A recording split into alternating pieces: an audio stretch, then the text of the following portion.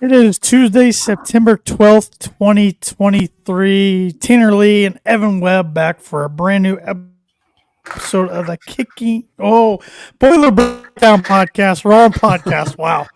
Hot start. Hot start. Hot start. Pumped to do this podcast tonight. It's always a little better after a win. Absolutely. As we've said many times, the one thing, seasons that when you win, it's great because you have a whole week to just enjoy versus, basketball, which you've got maybe a couple days, maybe a whole week, depending on the time of year in the season. But yeah, football, if you win, just kind of take it all in and relax for a whole week and get ready for the next Saturday. And I feel like Purdue deserves to take a whole week and or Purdue fans deserve to take a whole week and relish the win because we had to wait over 5 hours for the darn game to even resume on Saturday. Yeah, I was not able to watch any of the game. Was busy all day Saturday, and when it started, I was kind of trying to follow on my phone. I was able to catch a little bit of it live. Then I had to do other stuff, and then I saw it went into weather delay, and then and when I had some free time, I kept checking. I was like, oh, they're still reevaluating. And I was like, oh my gosh, they're going to start back at 6:15. Still wasn't able to watch it, but I was able to kind of follow it a little bit on my phone. So at least we got it. And I thought I heard that. I think Purdue is 4-0 in weather delayed games. Yes, 4-0. So there's the key. Let's just delay every game. I think one was like 89 against Iowa, and then 2000 and either 6 or 7. Oh yeah, against Eastern Illinois, and then 2017 against Minnesota, and then Saturday against Virginia Tech. But man, it was a long weather delay. I knew I had a United Way trivia fundraiser event going on at 6:00. And at the time when I committed to, I'm like, Purdue game's earlier in the day. There's gonna be no conflict or anything. Little did I know, a 5-hour and 38-minute rain delay, which is the longest in college football history for a game that resumed, by the way. That's wild. We would run into that. But Purdue, I think, definitely benefited from it a little bit. The crowd did not return to be a sellout crowd, which was the case when the bad weather came in. But at the same time, Purdue already had a 7-0 lead. It was in Virginia Tech territory when the game resumed. Now, Purdue ended up going 3-out in Virginia Tech territory. But that's also, I was nervous. I'm like, man, we had momentum. We got the hot start. Couldn't really ask for a better start. Getting a 3-out in Virginia Tech, then going down scoring, then getting another 3-out, and then driving again. And I'm like, of course, the weather's going to come in. And I was already ready to use the weather as every excuse in the world if we lost the game. Yeah. I was already ready for it. But play resumed. Purdue got off the hot start again, got up 17-0. I'm thinking, this might be a rout. Yeah. I knew better. Should have known better. Because then by halftime, it was 17-17. Virginia Tech literally scored 17 points in like the last 7 minutes of the second quarter. And then, so I'm like, oh, great. They've already went through a 5-hour and 38-minute rain delay. Now they're up 17. Let that lead slip. Where's their mind going to be? But team just kept fighting and clawing and ended up getting that one more touchdown that they needed to win 24-17. And kudos to the defense for pitching a shutout in the second half. Mm-hmm. Yeah, it was cool to see, Mockabee kind of put the game on ice with some good runs towards the end of the game. I thought, I heard it might have been Golden Black. They said that there was reports of anywhere between like 2 and 4 inches of rain during that time. Like I thought I saw insane. Somewhere. I thought 3.5. I think. Yeah, was a number I saw. Which that's a lot of rain. So I can't like I obviously I said I didn't watch it, but I mean, was there a lot of throws in the second half? Like, because I wasn't sure. We knew Brom's team struggled with inclement weather, so I wasn't sure how this team would respond. Still, I would say a lot of throws on each side by Purdue and Virginia Tech, but still more runs than Brom and company would have done. Which I love Ryan Walters' quote: "We're going to throw to put up points. We're going to run the ball to win." Yep. Because I think Tom Dienhart said it best too. All offseason he was saying Hudson Card's kind of the straw that stirs the drink. Now he's changed that to Devin Mockabee. Yeah. I mean, look at the stats right here. Mockabee 21 rushes for 108 yards, average of 4.5. Tyrone Tracy was 4 for 51. with a touchdown, and then Card was third with 12 rushes for 34 yards, and then Dylan Downing was 6 for 22. So it's pretty good spread. I mean, 215 yards on the ground across the board. I mean, almost as much as we had through the air, which was 248. I mean, another big takeaway from the game is another game of no turnovers, which I think is huge. Cam Allen came up with a pick. Mm-hmm. Do we have a couple picks? Yeah, we had two. Dylan Thieneman got another one with 7 tackles. So once again, he led a team in tackles, got a pick. Got to think he'd be a freshman All-American if the season ended today, and he might be a freshman defensive player in the Big Ten if it ended today. So Thad Moody on Facebook here said 4.5 inches of rain is what ESPN had on the screen when the game finally restarted. I thought I heard that actually they didn't even, because the game got delayed. They actually didn't even come out to Enter Sandman, which I mean, they did not come out to Enter Sandman. So the game came on TV at 12:15 instead of noon, which I'm like, all right, no big deal. I didn't think we'd get another delay, but they played Enter Sandman right before the kickoff, so the stadium was still jumping, and that's when it was a split screen between Walters and Pry or whatever Virginia Tech's coach's name is, and that's when Walters was belting out Enter Sandman, and I'm like, that just got my juices flowing, because I'm like, awesome. He's having fun. Yeah, our past head coach wouldn't have been doing that, and he was just, you could tell he just embracing the moment. Yep. Yeah, his first road game as a head coach. Virginia Tech's not the program they were even a decade ago, but still a heck of a place to play. A great college tradition there with Enter Sandman. They love their football. There. 100%. So he was still taking it in, and I liked seeing that. Just the more I see out of him, I'm kicking myself for not even being that pumped up the day it was announced. Yeah. Back in December. Well, I mean, just think we were super excited when Hazel was announced. So that's true. It even matters what we even think at the time being. That's true.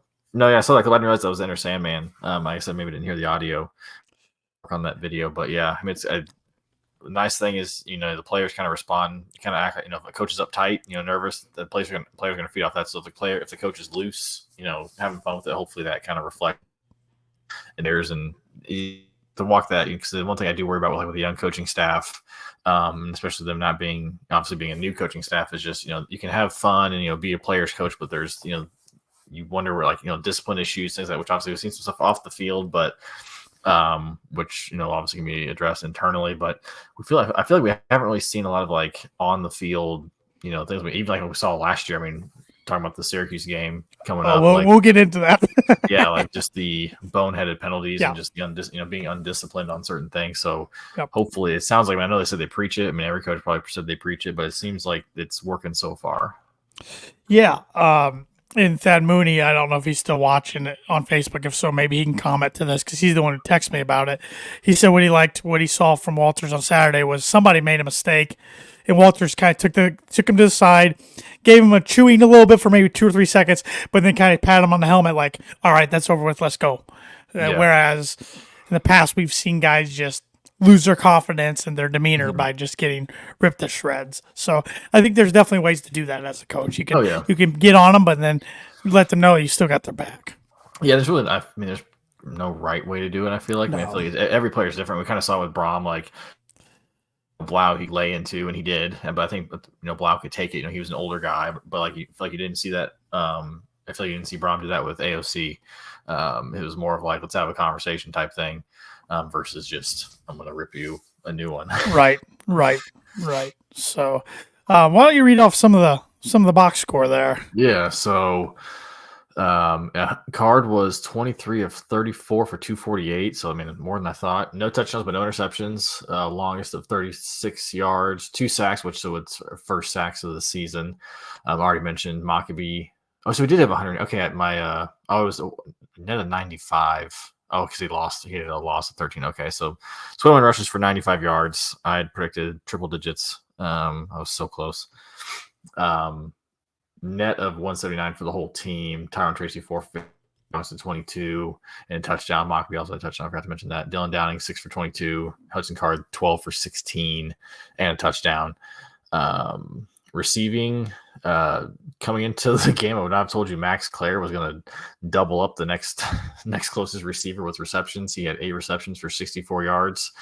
TJ Sheffield 4 for 60. Abdurrahman Yassine 4 for 50. I'm really happy to see him kind of get into the fold, get into the mix. He's starting to be their go-to guy for possessions. If you need to move the chains, he's kind of the guy to go to. Yep. Deion Burks, who after an explosive first game, only 1 for 18. Tyron Tracy 3 for 14. Dylan Downing, Maccabee each had 1 catch for 14 and 12 respectively. And then Garrett Miller, good to see him. He had the 1 catch for 8 yards. I would assume it probably they probably took him out for safety reasons after the weather delay. Just like there's no point in having a guy with a bat on slippery surfaces. Dylan Thiemann led the team in tackles again, 7 total tackles, 6 solo, 1 assist. Which I'm torn by that because good for him, and that means he's a good tackler. But especially with how far back he plays a safety, he's last line in defense. So Nick Scout, I can never pronounce his new last name. Scourton. 4 tackles or 5 tackles, 4 solo. He and Jenkins were beasts the other night. Just dominated. It was nice to see or read about how they seem to really rotate guys in. So I think these guys were a bit more were fresher by the end of the game, which I feel like you really saw the detriment to that in the Fresno State game, especially with the heat and how everything going on there. Like those guys just seemed worn down by the end, couldn't get any pressure, but it seemed like they made plays down the stretch when they needed to, probably because they were fresh. I mean, Scoutron had 3.5 tackles for loss. Jenkins had 1. O.C. Brothers had 1. Isaiah Nichols had 2. Snoozy Kane had 1. Had tackle for loss. Came out and had the pick. So did Dylan Thiemann. So I mean, Marquise Wilson had 2 pass breakups, which is awesome. I think he had the 1 on 4th down at the end of the game, which is huge. Yeah, he and Brown play a lot of snaps, but Thiemann has played every single snap. Or he played every single snap on Saturday, I should say. I was going to say he's played every snap last 2 games, but I think he missed a couple snaps Fresno when he banged up his arm a little bit. Yeah. We do have 2 comments here on Facebook from Cameron Day. Not enough folded hat brims by the staff, 6.3 out of 10 by the staff. And he's asking if Evan Webb is in a dungeon. Might as well be. Light's not working in our office here, so I figured I'd rather go dark than have a strobe light going on in this room. It'd be distracting. For our visual listeners. And he also says Thieneman equals Westfield boys do it different. Yep, Cameron's from Westfield. So I was going to guess. Yep. I was going to guess. But heck of a up there. Hey, he's on pace to have 40 career interceptions, assuming he's at Purdue all 4 years. So a pretty good start for Dylan. Absolutely. But very proud of the Boilers Saturday. Very gritty win. Big win. They needed this win. It already feels like a breeze. Some fresh air into the season. I think all the fans, which were far too many that were giving up after week 1, I think they've jumped back on the bandwagon now in anticipation for this big Saturday night primetime game on NBC against Syracuse coming up, which is still weird to say that Purdue's going to have a home game on NBC. But did you know that there has been one game in Purdue history besides the at Notre Dame games that was on NBC? Was it during our lifetime? No. No. It was the Rose Bowl in the 60s. Oh, okay. It was on NBC at the time, which now is on ABC. ABC, yeah. So, okay, I didn't know. Yeah, a little nugget I learned from Alan Karpick. I mean, who else? Right. But this has to be Purdue's biggest non-conference road win. I mean, at least since Missouri. Yes. But that Missouri team, they were okay. That one was more just like, I mean, it was Brom's first year, going on the road. And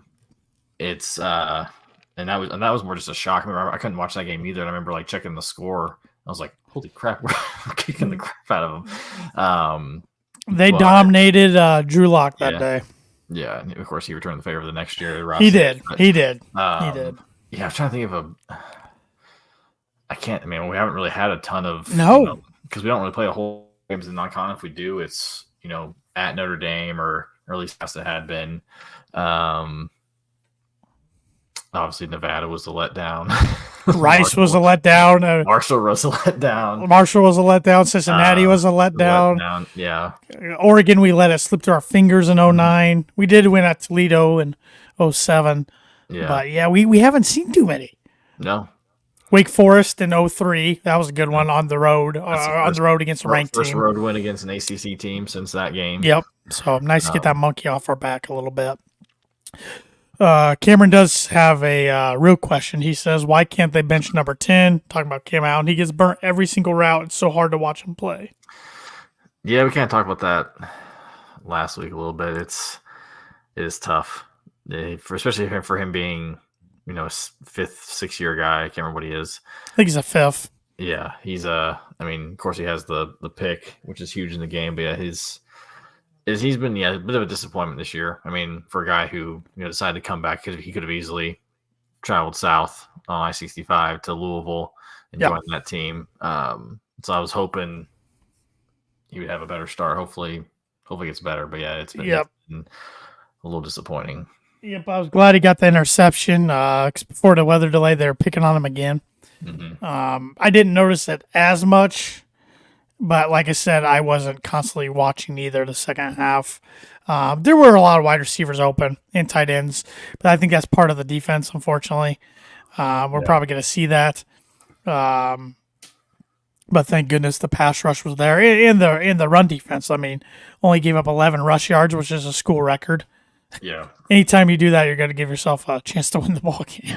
Yeah, I think I've heard it said that this defense really relies on a good pass rush in order to get the quarterback to hurry up and make a decision quickly. Because when you give them time to throw, I think there's a lot of holes that they can find potentially with the way the scheme is set up. Yep, but yep, like I said, proud of the Boilers. Great defensive effort after a not so good defensive effort week 1. And then offense, I like the balance. I like them spreading the ball around. I like that they had more design runs for Hudson Card. I thought that was big. And Purdue so far, knock on wood, has been clean with the football. Through 2 weeks, they are one of 2 Big Ten teams and only one of 9 teams nationally to yet have a turnover. Who's the Big Ten team? I think it's Michigan. Checks out. I think. So I got to go grab something from my dog real quick.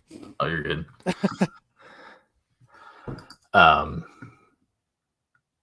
So yeah, the nice thing to see looking at their Virginia Tech's stats.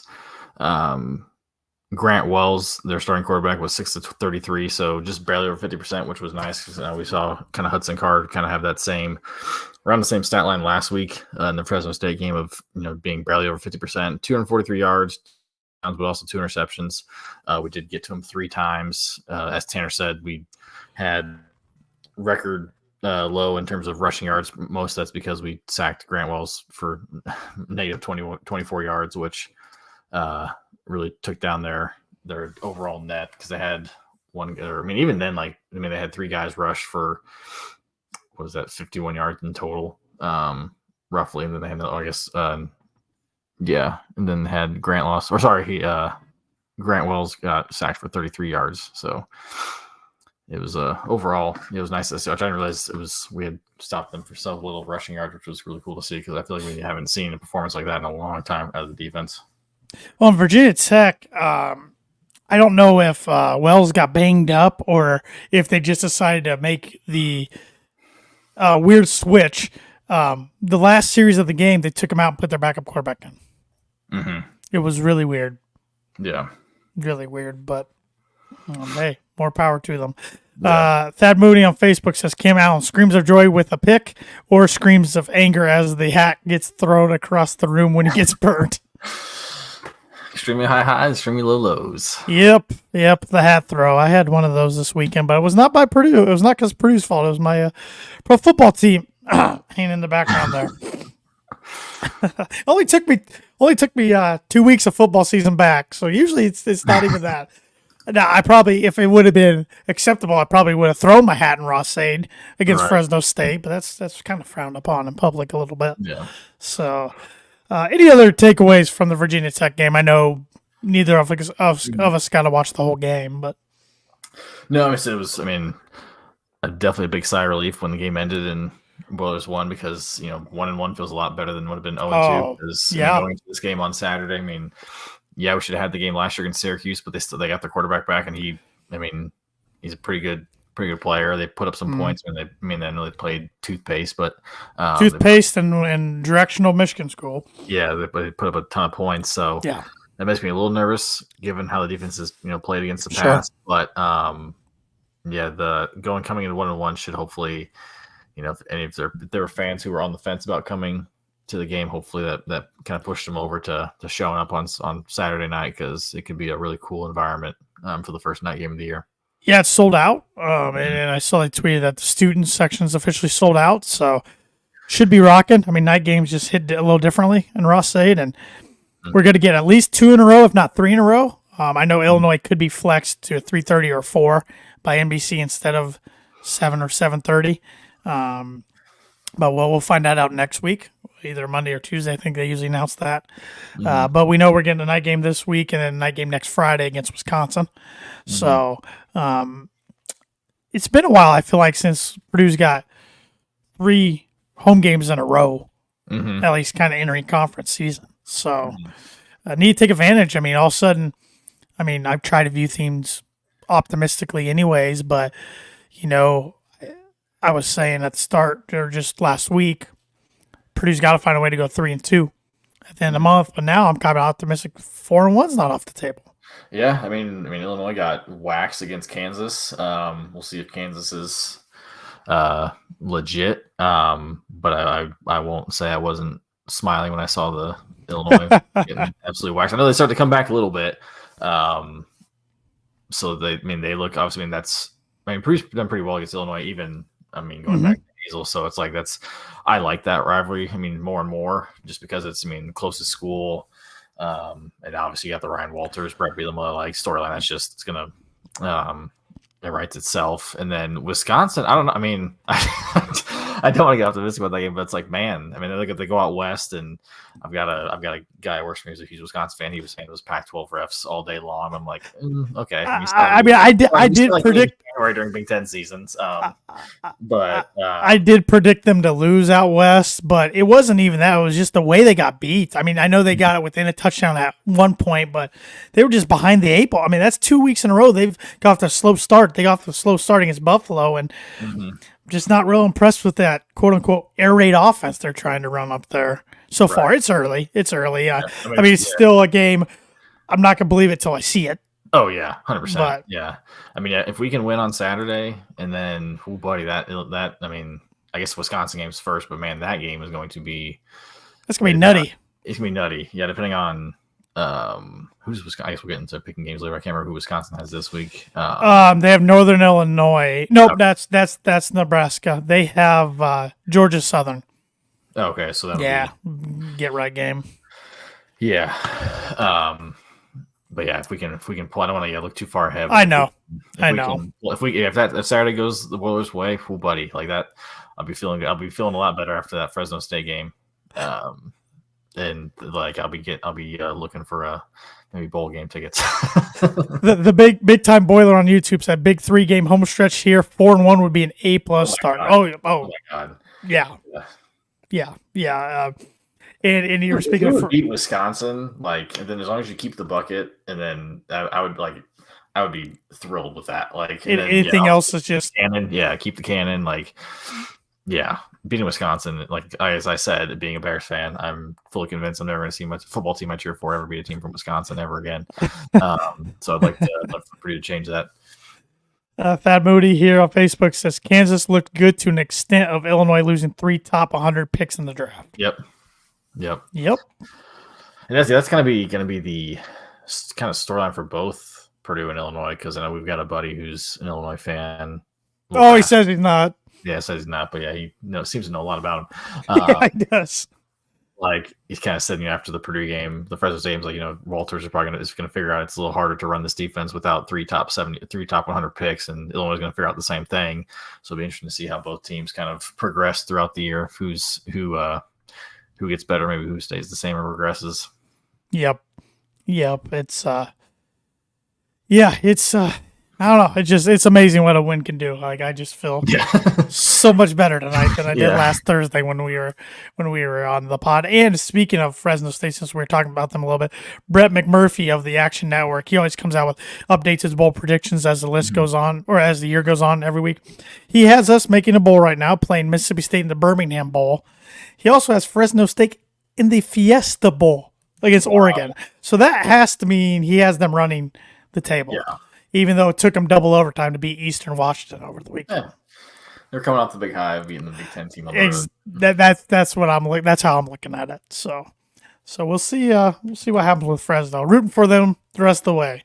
That's for sure. Yes. Yeah. That's for sure. But yes, like we've mentioned a few times on the pod tonight, the Boilermakers host the Syracuse Orange. Still weird for me to call them Orange. I've been used to saying Orangemen for so many years. Host the Syracuse Orange for the second time in the history of Ross-Age Stadium. The other time was in 2004. Happens to that game. If it mirrors that game, that'd be great. Yes, that was a rare Sunday ABC game on Labor Day weekend, and Kyle Orton, Taylor Stubblefield, and the boys put up 51, and Syracuse put up 0 that day. And then, of course, last year, this is part of the home and home, one of the more frustrating Purdue losses I think you and I have seen in our lifetime, as Purdue lost at the something wireless dome. It used to be Carrier Dome. It wasn't the Carrier Dome until like the other day I saw someone say something about it, and I was like, wait, it's not the Carrier Dome anymore? Yeah. I didn't realize that last year. I mean, that was just a frustrating game. You know, we thought Purdue was toast after getting down after a pick 6. They were down 10 with like 6 or 7 minutes left.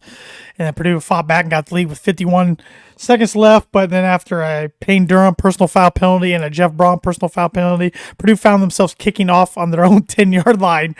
And then Syracuse scored with, 7 seconds left or something like that. And I forgot. I think I remember, I was brushing my teeth this morning, and I remembered that quarterback completed one pass that entire last drive, and it was the touchdown pass because he either threw an incompletion or we bailed him out with a pass interference call or some one-headed penalty. And I was just just re-pissed myself off. Oh, it was just, I think all Purdue fans are frustrated this week just thinking back to that game, because at the time it's like, this season turned into a disaster. And luckily Purdue rebounded, bounced back, won the Big Ten West, had a really good season for themselves. But at the time, we weren't so sure what it was gonna pan out to be. So looking forward to getting some revenge, or trying to get some revenge on the Syracuse Orange, but it's not going to be easy.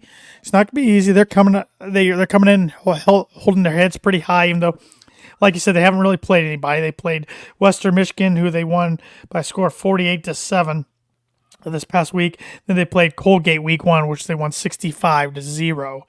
But they are putting up some big time stats. Garrett Schrader, their quarterback, is on Saturday. He was 19 for 30 for 286 yards, 1 touchdown. Week 1, he was 18 for 24 for 257 yards, 4 touchdowns and an interception. They also had 3 wide receivers go over 150 yards on Saturday. Umari Hatcher led the way with 9 catches, 188 yards, and a touchdown. Donovan Brown had 8 catches, 154 yards, and a touchdown. And Isaiah Jones had 8 catches for 157 yards and 2 touchdowns. And all 3 of those guys averaged over 19 yards per reception. So defensive backs might have their work cut out for them. Even their rushing attack on Saturday, LaQuint Allen had 24 carries for 127 yards and 4 touchdowns. Wow. But he is no, I believe his name was Sean Tucker, that they lost in the NFL. Which Purdue did a pretty good job on against last year. But I'll be interested to see if this passing attack is better or rivals the same as Fresno State, because Fresno State's attack was, Keenan was awesome. Plus, and then, another thing to consider is, Dino Babers, another experienced head coach. So again, it's kind of going to see experienced coach versus, newbie. A talented quarterback, might see if is that the kryptonite for this team's this season starting out. So I'll be interested. I don't want Purdue fans thinking like they were Fresno State. This could be hey, we're going to go in there, we're going to wax them because there's a good team. Well, and as of right now, Purdue's 2.5-point underdogs, which blows my mind right now. Yeah. I told my wife tonight, she likes to do a sports betting. I said, if you want to bet on Purdue, take them tonight. Because I said that line will not be that come this week. It's either going to be a pick 'em or maybe even flip the Purdue side, I would think. But all the money right now is coming in on Syracuse. You were talking about Dino Babers. Dino Babers has had success in Ross-Ade Stadium as opposing head coach. He brought his Bowling Green Falcons in 2015 and beat Darrell Hazel. I mean, and I can hear you now. Who didn't? But he did that. He was not their coach in 2003 or in the 1970s when Bowling Green came into Ross-Ade. So I'm glad we don't have Bowling Green on the schedule coming into Ross-Ade for a while because they've given Purdue some problems. But Dino was also a assistant under Jim Coletto in the early 90s. And I believe the stories that was been shared on a few different Purdue podcasts over the past week that one of his daughters was born on Old Oak and Bucket weekend. And so his nickname for that daughter is Buckethead. That's cool. So he's definitely has some familiarity with Purdue and Ross-Ade, and seems like a good guy. He's had his ups and downs at Syracuse, to say the least. I can't remember if it was just message board rumor but was he connected with the job at all when Braum left? Like, was he? I know he was. He always seems to be brought up as a possible candidate. I don't know if there's ever been. I mean, it was before Hazel, and he was. I mean, he seems to be almost every time it's open. But he's in his 60s now, isn't he? Mm-hmm. So he's up there. I believe so. I'm gonna fact check that real quick. If not, he's pretty close. But let me see. Dino Babers, 62. Okay. Yep. So, and let's see what his record is at Syracuse. He is 38-49 at Syracuse. Okay. 75-65 overall as a head coach. Prior to Bowling Green, he was a head coach at Eastern Illinois. So, he was only at Bowling Green for 2 years. He's been at Syracuse now since 2016. Wow. So his seasons at Syracuse went 4-8, 4-8, 10-3, 5-7, 1-10, 5-7, 7-6, and now he's 2-0 so far this year. Yeah, because they got off to a pretty hot start last year especially after the Purdue game, but then they faded. Yeah, they faded. They started off 6-0 last year. Right. Yeah, that's right. They started off real hot. He was, for anybody wondering what exactly he coached at Purdue, he's Purdue's wide receiver coach from 91 through 93.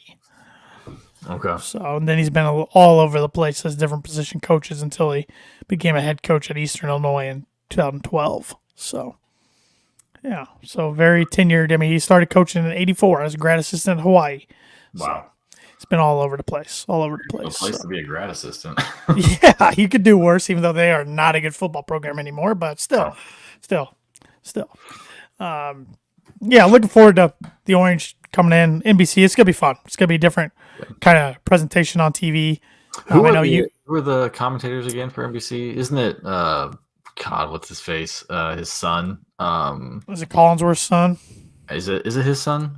I think he does Notre Dame stuff. Let me see. I guess I may not be. I wasn't sure if it was gonna be the same like guys who do Notre Dame games. Like I said, I wasn't sure if Notre Dame's at home this weekend or not. Well, that doesn't help me when I typed it in there. It's all sorts of NBC college football announcers. I don't know. I mean, it lists Trico, but he does Notre Dame games. So Notre Dame's at home this weekend. Against Central Michigan. Yeah, it's not going to be those guys, that's for sure. Paul Burmeister, Chris Sims, Lewis Johnson, Todd Blackledge, Brandon Burke, Catherine Tapp, and Noah Eagle, Andrew Siciliano, which he's one of the Red Zone guys for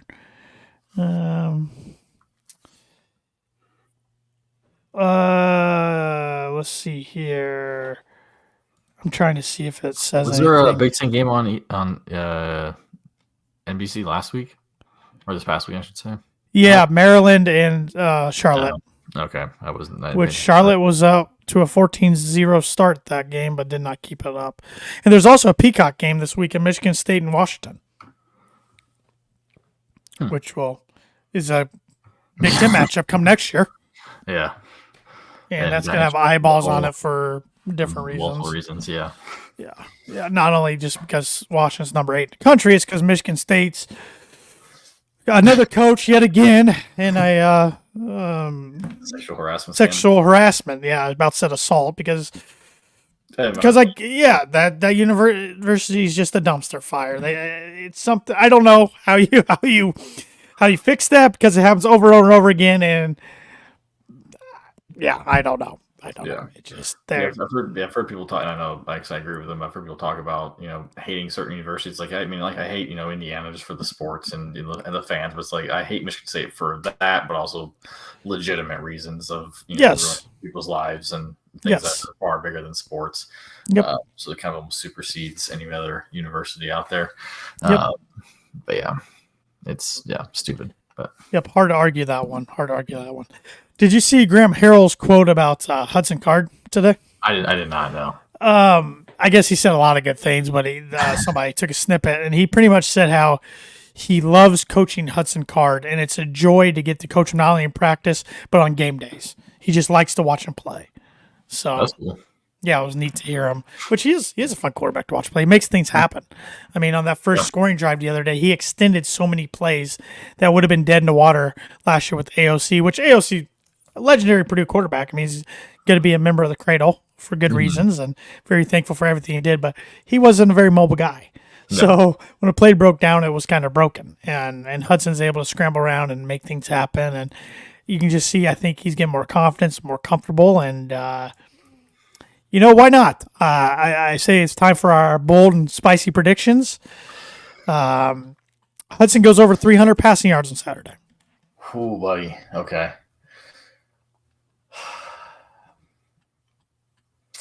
Trying to go bold.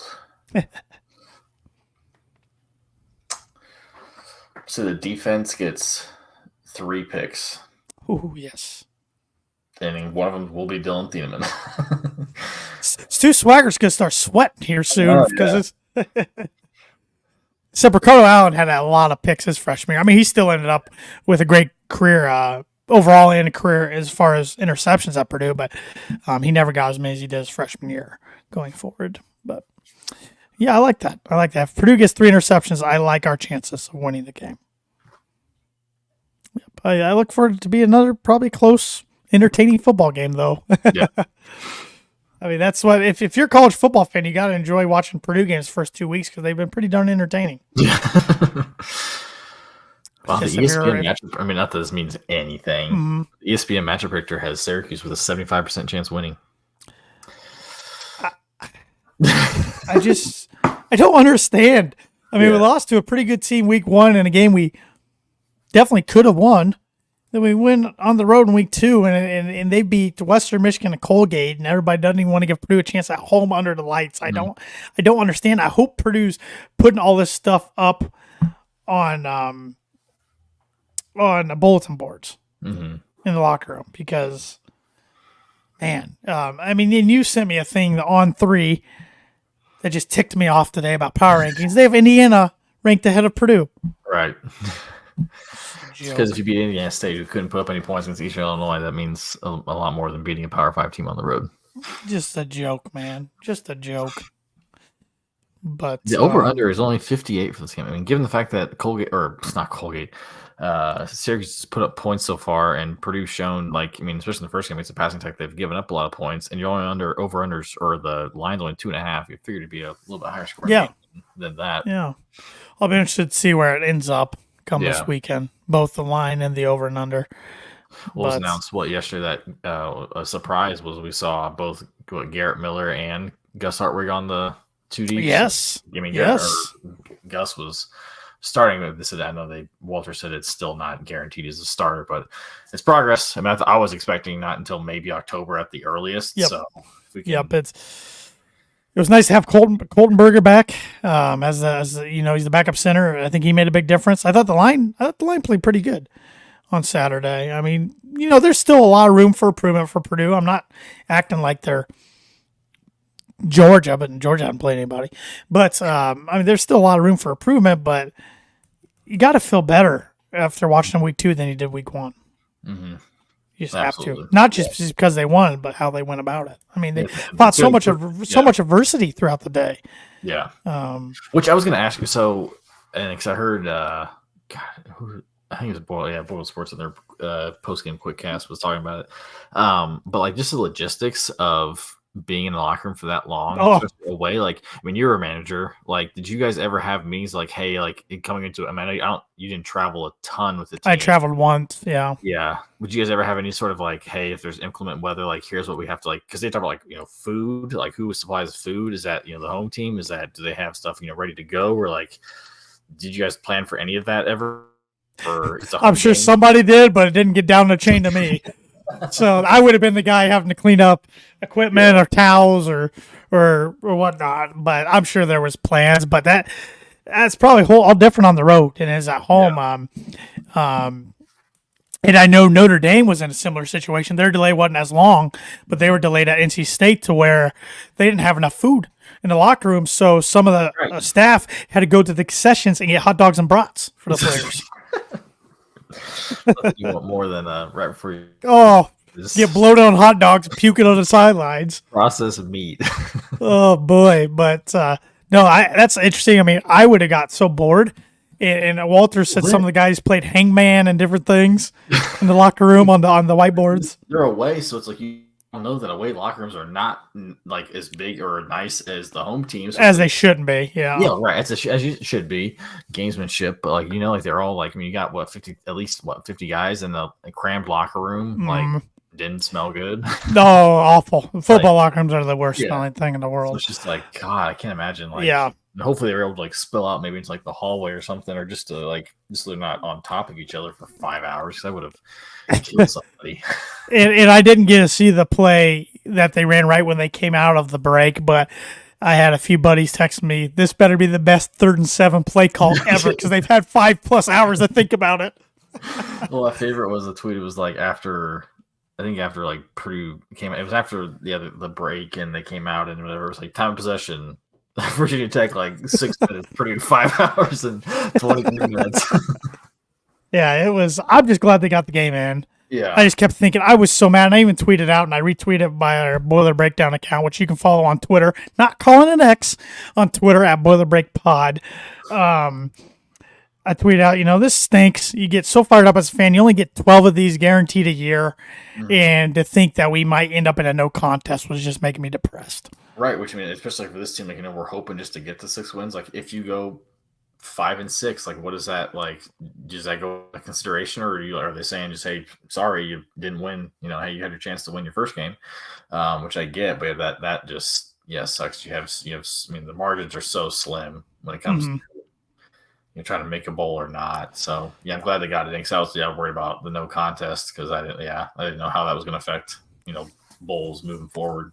Well, and weirdly enough, both teams' bye week was on the same week in October, on October 21st, 22nd, whatever that Saturday is.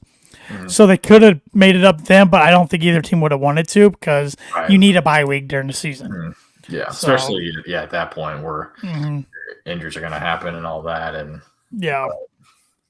but I learned a lot about different rules and the weather and stuff. If there's one lightning strike, you got to wait at least 30 minutes. Oh yeah, it restarts the clock. Yep. Yeah. I think I heard Walter say that even too. Like, I think they were guaranteed that like their pilots said that they had to leave by like 4 a.m. or like by 2 a.m. I think that's obviously, I'm sure, has to do with like how long the pilots can be awake and all that stuff. Which, safety is the utmost importance.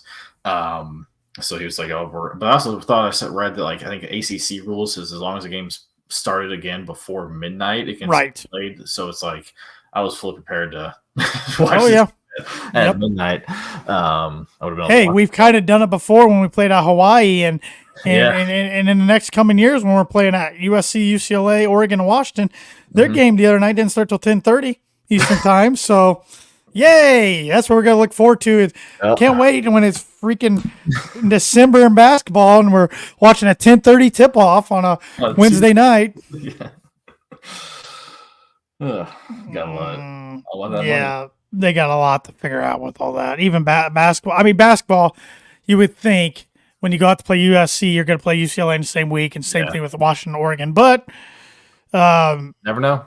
Never. But how about the schools when they travel east? Right.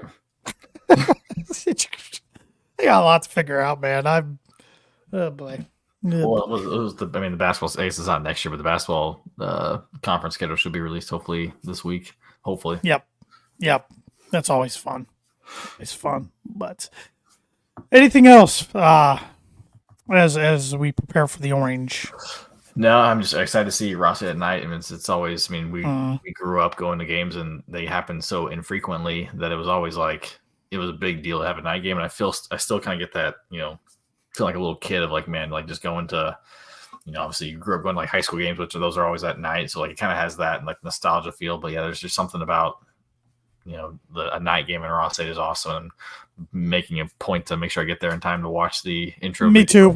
Since I was waiting for my Boiler Gold when that happened during the Fresno State game. But yeah, so I'm excited. Yeah, should have played to get down to get up there. Me too. And I'm glad you brought the point. I mean, growing up until 2017, night games were pretty rare. It was only if Notre Dame or Ohio State came into town because there's Iowa one year. I remember like the moon was like absolutely. Massive. Yeah, it started in the day and ended at night. It was one of those late, like November games. Mm-hmm. We had a couple of those against different teams, but yeah, because the TV networks had to bring them in. Mm-hmm.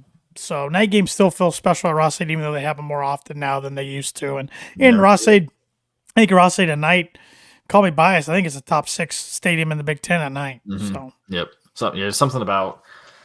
The light shining down, but then like the student section all in black, just that sea of black shirts is awesome.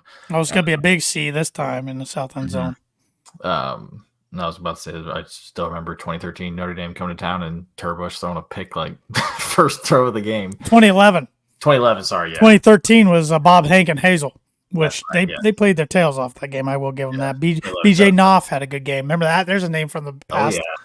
Yeah, 2011 was my first freshman year, so I was like, "Man, Notre Dame." Oh yeah, student, let's do this, and then that happened. I was like, "Well, never mind." I was on the sidelines for that as a manager. I was a volunteer manager that year. I was one of 3 games. I got to be on sidelines, so I was so pumped. Caleb tried to throw onto Gabe Holmes, and I don't remember if he underthrew him or overthrew him, but either way, it was like 20-yard miss. Yeah. And then literally 2 plays later, Michael Floyd burnt Ricardo for a touchdown and started a long night. Yes. Long, ugly night. We got dominated in the line of scrimmage on both sides of the ball so bad. Mm-hmm. Which get those guys back on the schedule next year. So that's a whole different conversation. But we will save our Purdue-Syracuse prediction for the end. But let's go through Big Ten country. Interesting slate of games week 3 around the nation. Not that many great games.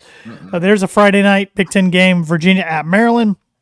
Maryland's a 14.5-point favorite. I'm going Maryland, and Virginia got waxed by Tennessee, which Tennessee's unfortunately legitimately good early in the year, our first game of the season.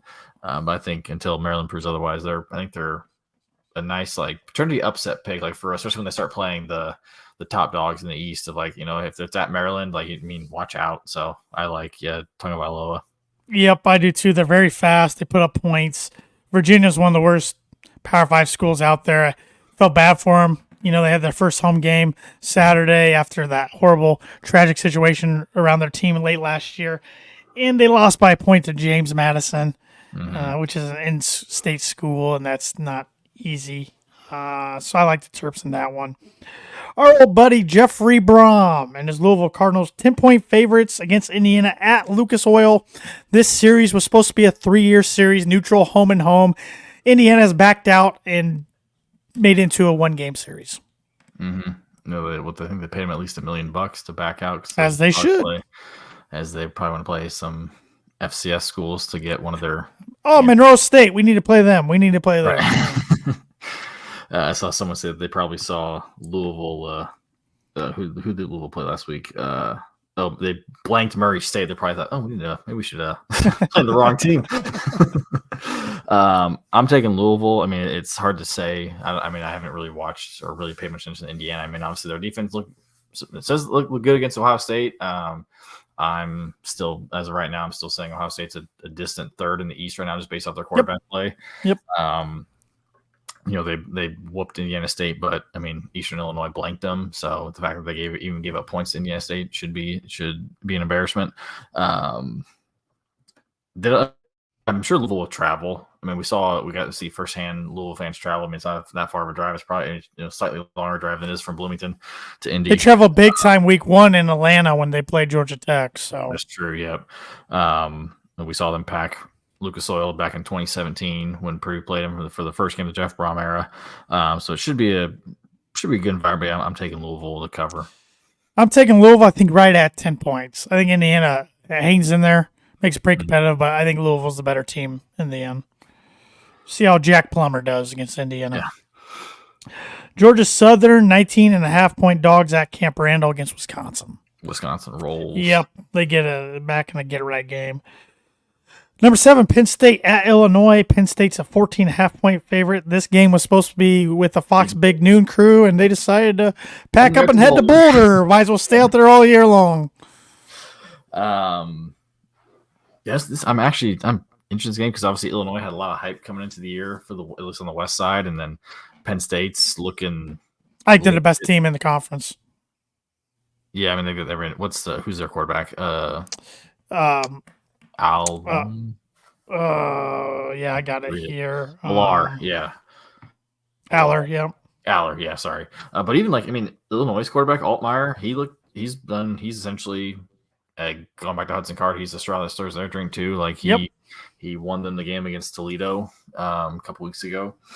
I'm gonna take Penn State. I don't think they cover though. I think okay. True test on the road. Although Illinois fans have shown that even when the game is huge, they still stadium. So who knows? Maybe it might be a whiteout there. I don't know. Illinois needs to show some fight because our buddy, who's not an Illinois fan, was saying they're struggling on the defensive side of the ball and the defensive line. Even that was supposed to be real strong for them. So I think I said they don't cover. I think it's maybe around like that 14. It's 14.5 on the ESPN app. So I'm gonna say that maybe they don't cover, but it's still like maybe a two score game. I'm gonna say Penn State rolls. Illinois is lucky not to be 0-2 right now. Yes, they are. So, yeah. Western Michigan, after getting thumped by Syracuse, travels to Kinnick Stadium to take on number 25 ranked Iowa Hawkeyes. Iowa's a 28.5-point favorite. They can't even score 28 points. Though, would they score? 20. Cool. Brian Ferentz sweating yet? but like I said on my other podcast I do last night, I wonder if they'll really own up to that if they go like 10-2. Right. You know. Yeah. If they go 7-5, that's one thing. But yeah, right. If they run away with the West and put up a good fight in the Big Ten championship game to Michigan or Penn State or whoever, Iowa, like a 27-3 game. I like that. I think they roll pretty easily in this one. Virginia Tech going on the road to face Rutgers. Rutgers 2-0 after beating Temple over the weekend. Rutgers is a 6.5-point favorite. Go Hokies. Yeah, I think this is a toss-up. I'll take Virginia Tech just because I want them to win to help Purdue's win look even better. But I really think this is a toss-up. I expected Rutgers to get off the 2-0 start, but they've looked a little better doing it than I anticipated. Mm-hmm. Northwestern, hey, they blanked you or not blanked them, but smacked UTEP 38-7, so they got their win in for the year. They now travel to Duke to take on U.S. soil for the first time in 2 years. They looked pretty happy doing so, which they should. They travel to Durham to take on the number 21 ranked Duke Blue Devils, who are 18.5-point favorites. I like this Duke team. I think they win pretty easily. Yeah, I think they cover. I think they are the third best team to ACC, maybe second. I mean, they beat Clemson. Yeah. So Florida State's the best in that conference. So I know who's the worst in that conference, Boston College. Have you seen them this year, Evan? I have not. Listen to this. I got to go find them now. Oh, they host Florida State this week. What is the line on that? Only 26? I'm surprised. Actually, Boston College is 1-1. I thought they were 0-2. They beat... Oh, I thought they lost. They beat Holy Cross 31-28. I swore they lost. And they lost to Northern Illinois 27-24 week one. I swore they lost to Holy Cross. We've been there. We've seen it. Northern Illinois lost. I know. I thought they lost to Holy Cross. Never mind. Darn it. I thought they were 0-2. But I take it back. You're still bad. Boston College. Yeah. Minnesota off the 2-0 start. Not looking the prettiest doing it, but they're off the 2-0 start. They're rowing their boats out east to Chapel Hill to take on number 20 ranked North Carolina Tar Heels. And let's see how Drake May plays this Saturday. North Carolina escaped an upset against Appalachian State, and former Purdue offensive line coach Sean Clark out there, double overtime win. But Drake May threw for 208 yards, but no touchdowns, no interceptions on Saturday. Again, also the game was affected by weather too. That's true. Had to be affected by weather, so yeah, take that with a grain of salt. Carolina's 7-point favorites. I should throw that in there. I think around maybe 7 to 10, especially with it being at home. Yeah, if Minnesota wins this, Chatter's gonna come out there. Mm-hmm. People are gonna start talking about them. Because right now, I think the Big Ten West is pretty open. Yes, I know it's only 2 weeks, and you can't really make too many observations, but it's Iowa, and then a lot of question marks. Yeah, yeah. Western Kentucky, the 2-0 Hilltoppers, travel to number 6 Ohio State, who's 2-0. Ohio State's 28-point favorites. They need to look sharp this game because they travel to South Bend next Saturday. Yeah. I'm going to say Ohio State wins, but they don't cover. I agree with you. They just haven't looked that sharp. I can see them win by 21. Yeah. But yeah, this should be a game they win, by 30, 35 if they want to make a statement, because right now it's not looking so great over there. A friend of ours was he's got to be in town next Friday for the Purdue-Wisconsin game, and he has never been to Notre Dame Stadium, wants to eventually. He was looking at what ticket prices were just for the heck of it for Ohio State on Saturday. The cheapest one he could find was $500. I was surprised he could find one that low. That's what I told him. He's not doing it, but I was surprised he found one that low. Number 8, Washington at Michigan State. Both teams 2-0. Michigan State, of course, we hit on it earlier, going through a lot of distraction and turmoil right now. Huskies are 16-point favorites. Michael Penix back in Big Ten country. Yep. Who's there? Is D'Antonio back? He's helping. Okay, that's what I but thought. They named one of their assistants as the interim. Yeah, it's one of those things where does the team get distracted about it, or do they rally around each other and all that BS? But Washington's legit. Yes, they are. Pac-12 is awesome. Between 6 ranked teams. Yeah, between them, Oregon, Utah. You've got, Oregon State's pretty good as well. I think Washington covers. You didn't mention the name everybody else is throwing out there in the college football world in Pac-12. So thank you, Yeah, thank you, Evan. Yeah. I appreciate that. Yeah, Colorado. Yeah, my Twitter feed is so loaded. They're my third least favorite college football team right now. I think Michigan State hangs in there and covers, but they lose. I think they play with emotion. Maybe they get ahead early. Places rocking up there at Spartan Stadium, but Washington's got too much talent. Yeah. Northern Illinois, not very good team. Like I said, they did beat Boston College week 1, but they lost to Southern Illinois 14-11. But they're only 10.5-point dogs at Nebraska. Because Nebraska's 0-2. It doesn't matter who their head coach is. They can't get out of their own way. Jeff Sims is a walking turnover waiting to happen. What do you have 3 turnovers by literally by himself? Threw a pick and botched 2 snaps. Oh my God. God, if Nebraska loses this game, I unfortunately like Matt Rule. At least the college coach, I know he wasn't great in the NFL, but that's a different beast. I think if they give him time, I think he can do some good things there just because they've got the brand behind them. They've got the boosters for the NIL. They've got all the right things you need. That's why you keep thinking they're going to wake up. Maybe they're just a program that's never going to wake up. Hope not. I think Nebraska wins. I think they cover, not by a lot. Like 14 to 17 point win. They should win by a lot more, but until I see it, we'll see. Because they have not looked good. No, they haven't. Ugly game with Minnesota, and then they got waxed against the old rival. Like their defense was pretty good the first half of that Colorado game, and then just fell apart in the second half, which I know Colorado's got athletes all over the place. We'll probably talk about them in a minute or two. And then Bowling Green at Michigan. Michigan and Georgia, top two teams in the country, and they're not challenging themselves at all. Bowling Green's 40.5. 1-1 Bowling, or Michigan's playing a 1-1 Bowling Green team, 40.5 point spread, which is they're not. I don't think they cover, but they win easily. Yeah, they win 30 plus easily. And then Jimmy Boy comes back next week and they host Rutgers. So, yep. Around the country, like I said, top 25 matchups aren't that great this week. I guess there's a decent one on Saturday. Number 14 LSU travels a 2-0 Mississippi State, and LSU's a 9.5 point favorite. Yeah, I think LSU. Yeah. Covers. Yeah. Yeah, I do too. Number 15 Kansas State 2-0 travels a 2-0 Missouri.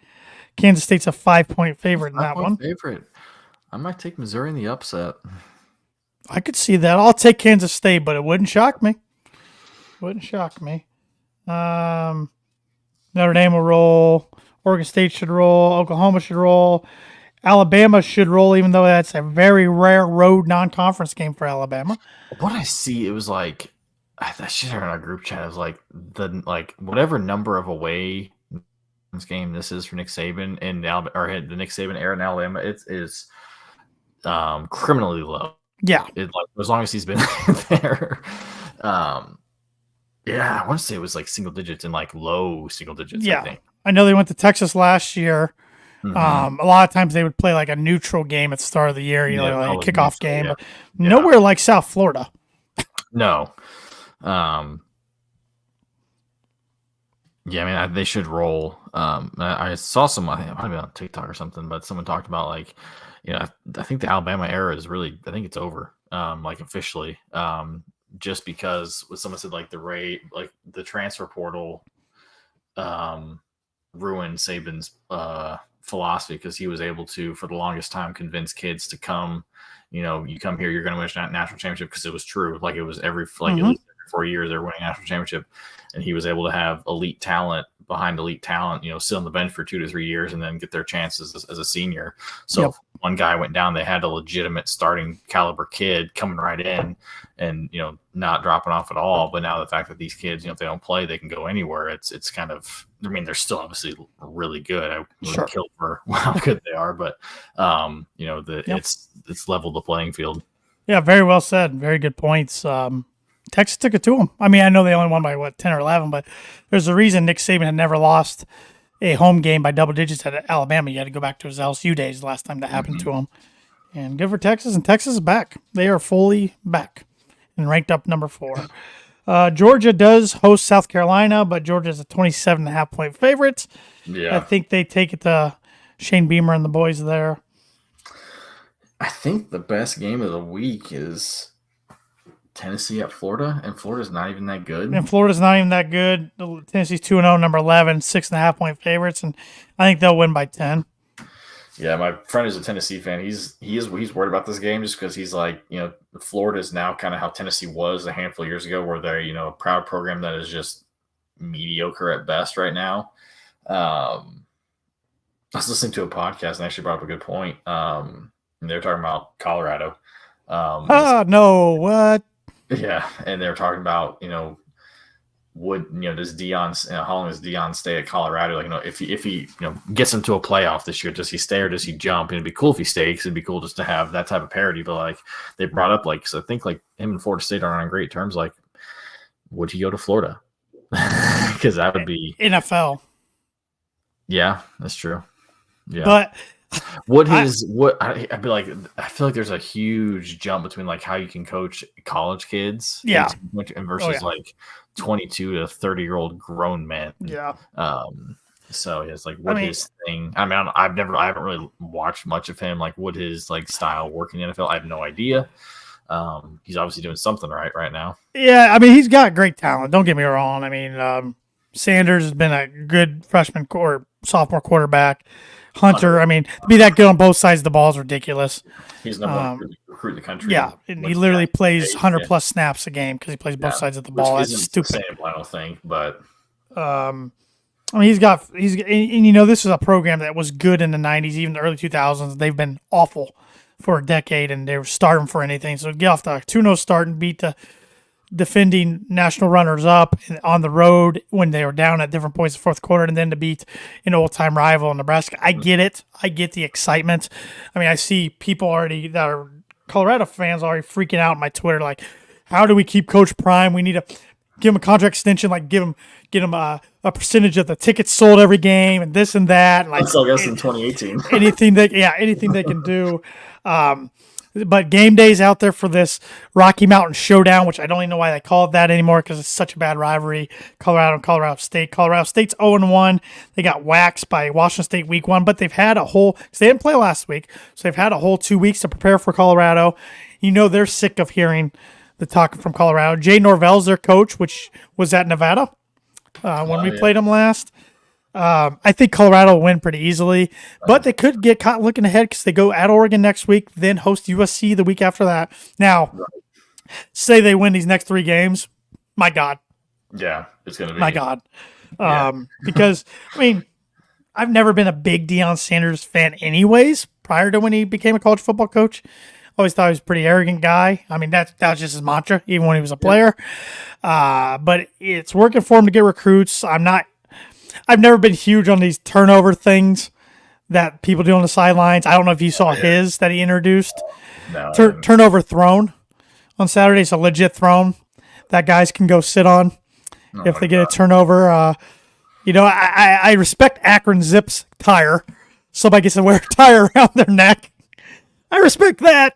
Yeah. But a throne's a little over the boat. But it is crazy the amount of celebrities that are starting to go to Colorado games. Mm-hmm. And just the buzz. If it wasn't for my Twitter feed, maybe I wouldn't get so annoyed with it. But I'm a big Denver Bronco fan. A lot of listeners of the podcast know this, so you can look at my background there. And when I have people, or I hear people calling in the Denver Bronco post game say, well, at least we have the Buffs. I want to say, shut up, 1. 2, you didn't even like college football 3 weeks ago. Right. And that's what I know our group chat was saying. It's good. This was before the Nebraska game, which one of our friends said, we'll see how packed their stadium is when they're 5-7 coming into the year. But which would still be a great. It would. We've been there, recovered from the dumpster, so we get it. Yeah. But it is. Yeah. I still am just trying to get used to not Coach Sanders, it's Coach Prime, different things like that. It's just new to me. But hey, everything's changing in college sports. But I kind of hope they get humbled pretty quickly. And a loss Saturday would do so to Colorado State. It's not going to happen, but it would do so. It would do so. All right, last game to predict tonight. Our Boilermakers versus Syracuse. Right now, the line is Syracuse 2.5-point favorites, 7:30 NBC. Who do you got? Final score prediction, MVP. Oh, I got the Boilers. Duh. I think it's like a 35-30 game. I think we're going to see some points, maybe even more. I could see like a 42-35 game. I don't know if my heart can take that. No. I missed the game we talked about earlier, the Missouri game in 2018. Was it 2018? Oh yeah, back and forth. Which Jared Sparks to this day had a foot down. I don't know why they reversed that call. So I missed that game. I'm gonna say Hudson Card's MVP. I like it. I think. Well, I would go with you because of my bold prediction of him throwing over 300 yards, but I'm gonna have to go with somebody else because we can't agree on that. Right. But my final score will be Boilers 34, Syracuse 24. I think Purdue gets a 10-point win.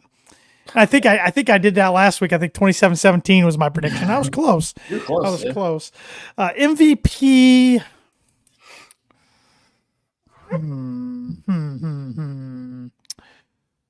Let's go with TJ Sheffield. Ooh, I like that. TJ Sheffield. So I think had some glimpses here and there of breaking out and Yep. And Hudson missed him one time on a deep one that would have been a touchdown too Saturday. So can't wait to be back in Ross-Ade. try to get some revenge on the Orange from that frustrating loss last year. But before we go, we got to remind everybody who this podcast is brought to you by. If it wasn't for these two great businesses, this podcast would not be possible. And one of those sponsors is Mad Mushroom. The Boiler Breakdown is brought to you by Mad Mushroom, who has been serving Boilermakers since 1993.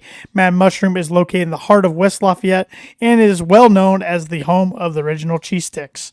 Whenever Evan, Andrew, or myself visit, we like to sit down and have an ice-cold beer while trying out their latest pizza of the month, which their pizza of the month for September is Rob's Bourbon Chicken. It's pizza topped with lots of chicken and bourbon sauce, onion, celery, mozzarella cheese, and finished with toasted sesame seeds. If that sounds good to you, make sure you place an order next time you're in town.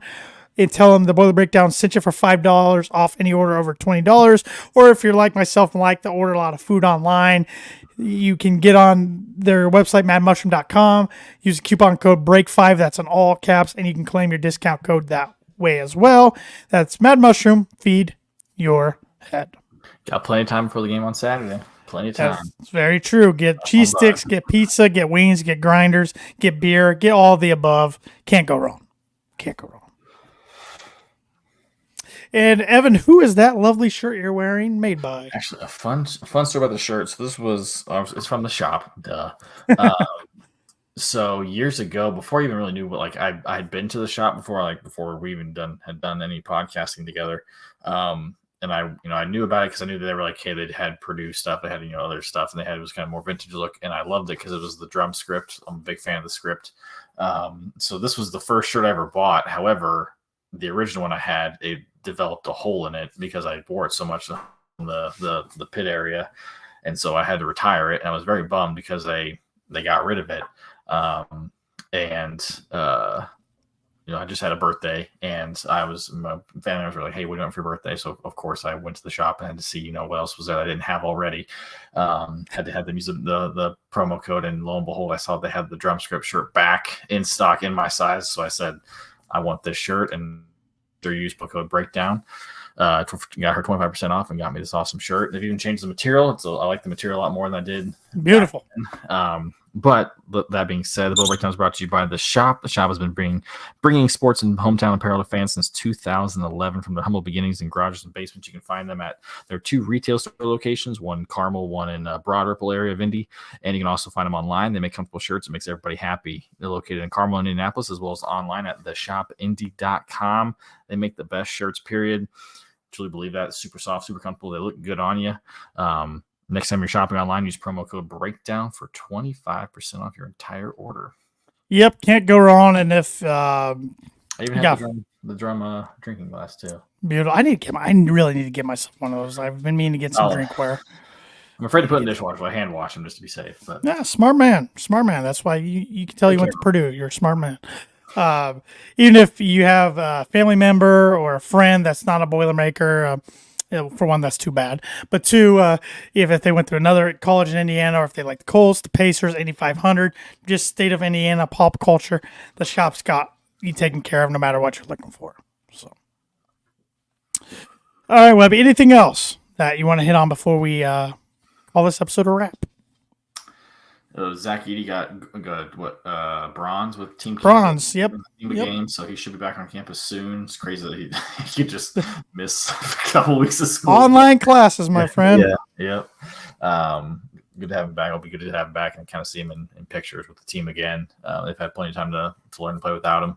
Hopefully that pays dividends down the road. Hopefully we don't need to have that pay dividends, but another exciting time. We got a big recruiting weekend for basketball, and football, always a big weekend, so I'm excited for them to see the atmosphere at Ross-Ade, and can't wait to be there in person for around section 121. Is that where we're at? 122.